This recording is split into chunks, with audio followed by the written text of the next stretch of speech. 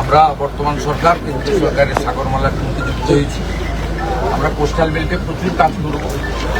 সাগরমালা ট্যুরতে সেই কাজ করার সুযোগ রয়েছে, সেটা আজকে আমি একটু উল্লেখ করেছি, কিন্তু বিস্তারিত আলোচনা করিনি, কারণ আজকের বিষয়টা আলাদা। আমি এখান থেকে সরকারের পক্ষ থেকে আবারও বলি, মৃত্যুর ক্ষতিপূরণ অর্থ দিয়ে হয় না, 5 লাখ করে টাকা দিয়েছি।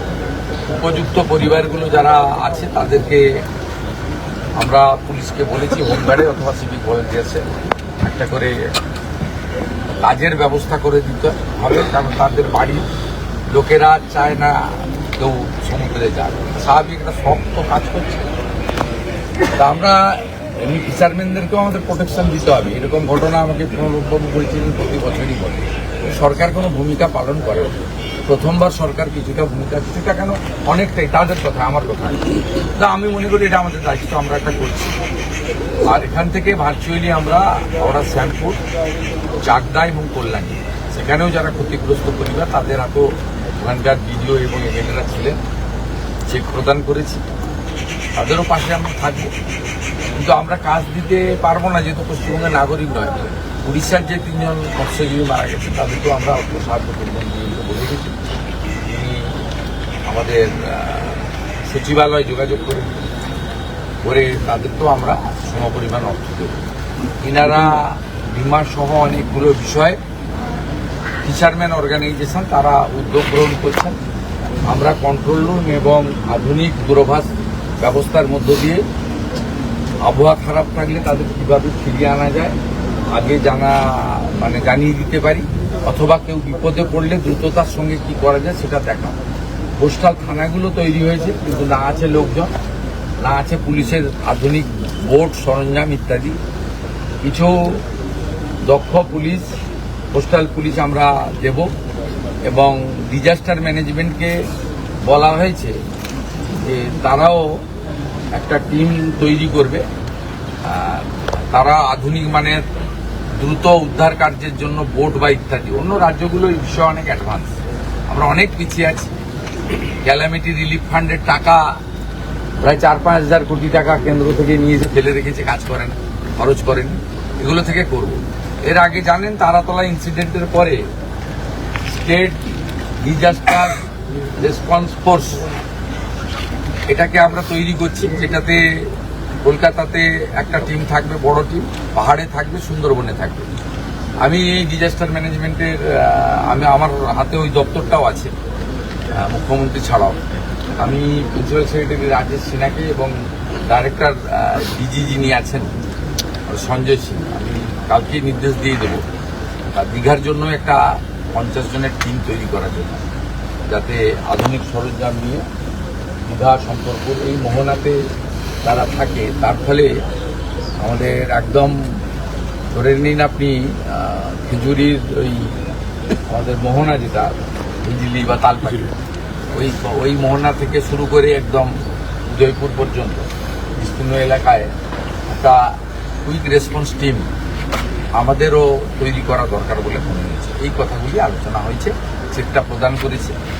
চোখের জল তাদের দেখা যায় না, তাদের বাড়ির যারা তরুণ ছেলেরা আছে তাদেরকে আশ্বস্ত করেছি যে অভিভাবক চলে গেছে, কিন্তু পশ্চিমবঙ্গ সরকার আপনাদের অভিভাবকত্ব দায়িত্বটা পালন করবে। অন্নপূর্ণা ভান্ডার বা আয়ুষ্মান প্রকল্প যেগুলো রাজ্য সরকারের প্রকল্প আছে এগুলো কি পাবে তো? আয়ুষ্মান কেন পাবে? সঙ্গে তো কোনো ব্যাপার নেই। আমি যে পরিবারগুলো আছে তাদেরকে আমি পরামর্শ দিলাম যে যারা অকালে উইডো হয়ে গেলেন, আমি বিডিও রামনগরকে বলেছি তাদেরকে অন্নপূর্ণা যোজনা দেখলাম যে পেয়েছেন একজন, আর একজন হয়তো পাননি। যেহেতু আমাদের উইডো পেনশন 1,500 টাকা আর অন্নপূর্ণা 3,000 টাকা, 3,000 টাকাই যাতে তারা পান অতিরিক্ত, সেটাও করা হয়েছে। আর ওদের স্কলারশিপ 18 বছর পর্যন্ত মিশন বাৎসল্য, তাতেও যারা পড়াশোনা করছে 18 বছর পর্যন্ত তারা 4,000 টাকা করে স্কলারশিপ পাবে, সে ব্যবস্থা করা হবে। বাকি কাজ এলাকার এমএলএ চন্দ্রশেখর মন্ডল দেখবে। 2064 ফিশারম্যানদের সেফটি সিকিউরিটি নিয়ে বরাবরই একটা প্রশ্ন থাকে, মানে ওরা সাফিসিয়েন্ট লাইফ জ্যাকেট থাকে না, ট্রলারগুলোতে যে সেফটি সিকিউরিটি থাকার কথা সেগুলো রাখা হয়, এমনকি রেজিস্ট্রেশনও করা হয় না, এরকম অনেক ট্রলার সমুদ্রে মাছ ধরতে যায়। এই দপ্তরটা ছিল বলে তো কেউ জানে না। হিরণ্ময়বাবু যখন মন্ত্রী ছিল তখন জানতো না ফিশারি দপ্তর আছে। হিরণ্ময়বাবুরা চলে যাওয়ার পরে ফিশারি দপ্তর আছে বলে তো পশ্চিমবঙ্গের লোক জানতো না। যা আমরা ফিশারি দপ্তর আছে বলে এটা বোঝাবো। আর দেশে তো স্বাধীনতার পরে ফিশারি দপ্তরটাই ছিল না। নরেন্দ্র মোদীজি আসার পরে তিনি আলাদা করে এগ্রিকালচার দপ্তর থেকে বের করে ফিশারি দপ্তর করেছেন। মৎস্য সাথী, প্রধানমন্ত্রী মৎস্য সাথী প্রকল্প থেকে এবারে যে সাগরমালা ট্যুর গাইডলাইন এসছে, তাতে ফিশারম্যানদের কোস্টাল বেল্টে এত কাজ করা যাবে যেটা আগামী 1 বছরের মধ্যে আপনাদের চোখে পড়বে। অতএব আগের লোকেরা কখন ধান রোপণ করতে হয়, কখন ধান কাটতে হয়, তারা জানতোই না। একটা পাড়াতে তো 18 জন মন্ত্রী ছিল, 40টা দপ্তর ছিল।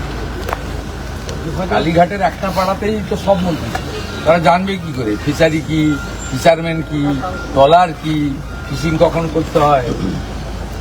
না জানলে যা হয় তাই। আমরা জানি, কোস্টাল বেল্টের লোক, লোনা আবহাওয়ার লোক, আমরা সব জানি। ব্রিজিং না হওয়ার কারণে বহু ট্রলার প্রতি বছরই ব্রিজিং না হওয়ার কারণে, যেখানে কেন্দ্রীয় সাহায্য ইরিগেশন মন্ত্রী আছেন, তিনি যতটা পারবেন করবেন। এর আগে শঙ্করপুরে অনাদিবাবু লজের ওই পোর্শন থেকে শুরু করে এই পর্যন্ত আমি মন্ত্রী ছিলাম ইরিগেশনের, আমি বানিয়ে দিয়েছিলাম। পরে এতদিন হয়ে গেছে, প্রতি বছরই বান আসে, ছাড়াছাড়ির পোটাল আসে, বিভিন্ন সাইক্লোন, কখন জজ, কখন আমফান, কখন ইত্যাদি ইত্যাদি আসে। এটাতে ক্ষতিগ্রস্ত হয়েছে, সারানো হয়নি। ফিশারি মিনিস্টারকে বলেছি স্কিম তৈরি করুন, আপনার ডিপার্টমেন্টে টাকা থাকলে করে দিন, যদি অ্যাডিশনাল টাকা লাগে ফিনান্সে পাঠানো। আরেকটা